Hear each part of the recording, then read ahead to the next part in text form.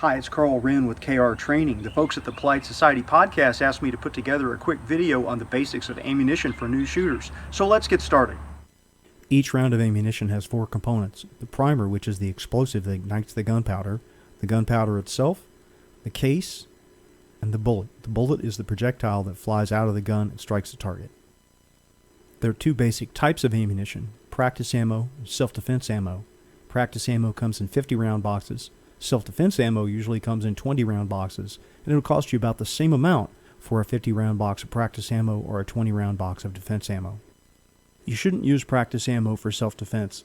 There are a bunch of differences in all the components used to make self-defense ammo.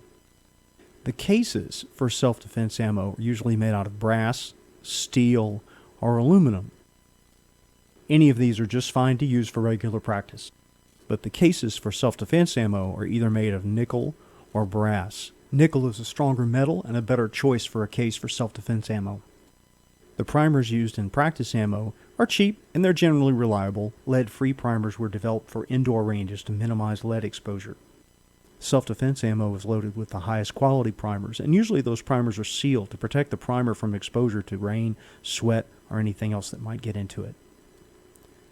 The gunpowder normally used in practice ammo is going to be inexpensive.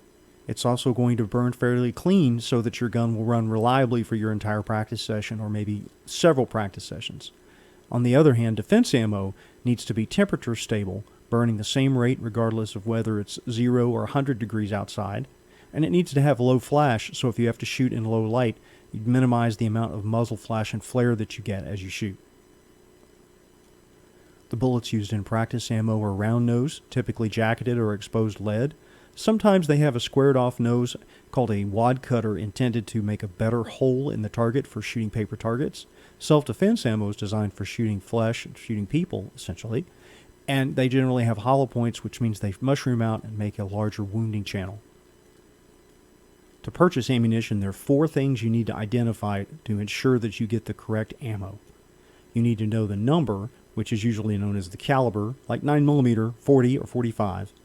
But there also needs to be a name: auto, special, super, Luger, something like that. Then you need to know the bullet weight in grains and the bullet name, which is typically a 3-letter abbreviation, or sometimes all the words are spelled out for you on the box like they're in the Winchester package, Full Metal Jacket. Having everything match really does matter. The blown out case in the center of that picture shows what happens when you fire a .41 Magnum and a .44 Magnum revolver. The case on the right is a .40 caliber round that was shot in a .45 caliber handgun. That kind of mistake can be very dangerous, causing damage to the shooter and the pistol and even those around the shooter. You can check what's called the head stamp, which is the printing on the back end of the case, to make sure that it matches the caliber that you're trying to shoot. Here, this is .38 Special and .38 Super. They're very different. You can't shoot .38 Super ammo in a .38 Special gun and vice versa. This picture shows a .45 ACP case and a .45 Colt case. They're very different. Again, you can't shoot .45 ACP in a .45 Colt gun or vice versa.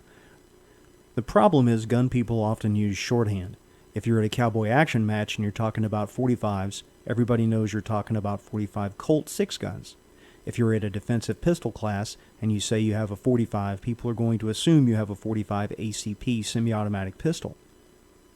So how do you figure out what bullet weight you're going to shoot in your gun once you know the caliber and the name? Well, lighter bullets go faster. They tend to snap a little bit more when you shoot them in terms of recoil. Heavier bullets move slower. They're going to be a little more of a push on the feel on the recoil. For 9mm, I recommend 115 or 124 grain bullets. For 40 Smith & Wesson, 165 or 180 grain bullets. For .45 ACP, 200 or 230 grain bullets. Those choices are the most common ones, the easiest to find, and generally those are the bullet weights that the guns in those calibers were designed to shoot when they were created. Ammunition makers generally use 3-letter abbreviations to describe the bullets that they use on their rounds. Things like jacketed round nose, JRN, lead round nose, LRN, semi-wide cutter, SWC, and jacketed hollow point, JHP. When you're choosing the ammo that you're going to use for self-defense, you need to choose carefully. Don't just buy whatever the person at the gun store recommends. Do a little research. It needs to be marketed for self-defense. You'd like it to be used by law enforcement agencies, preferably ones in your area. In a perfect world, you'd like it to have been used in a documented shooting or 2 or 10 or 100 so that you know that it actually works. It needs to have passed the FBI ammo test protocol, and there are products on the market that have not met or do not meet or have never been tested against that protocol that are being sold in retail stores as self-defense ammo. Personally, I don't recommend them.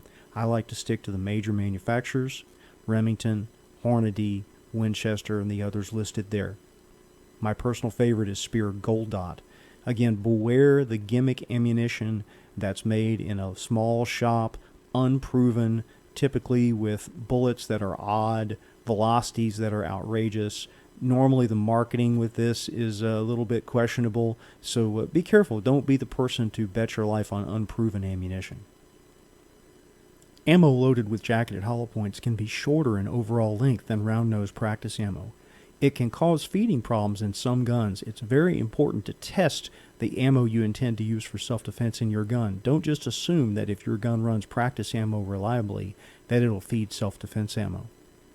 What we and many other trainers recommend is buy about 5 20-round boxes of whatever you intend to carry for self-defense. Then go shoot 20 to 40 rounds of it in practice. Fire some 5-shot, slow-fire groups from the bench rest position at 15 yards to make sure that the gun is accurate both in group size and point of impact with the ammo you plan to carry. Then shoot some of it in rapid-fire defensive pistol drills to make sure that your gun runs reliably even when you're shooting it rapidly.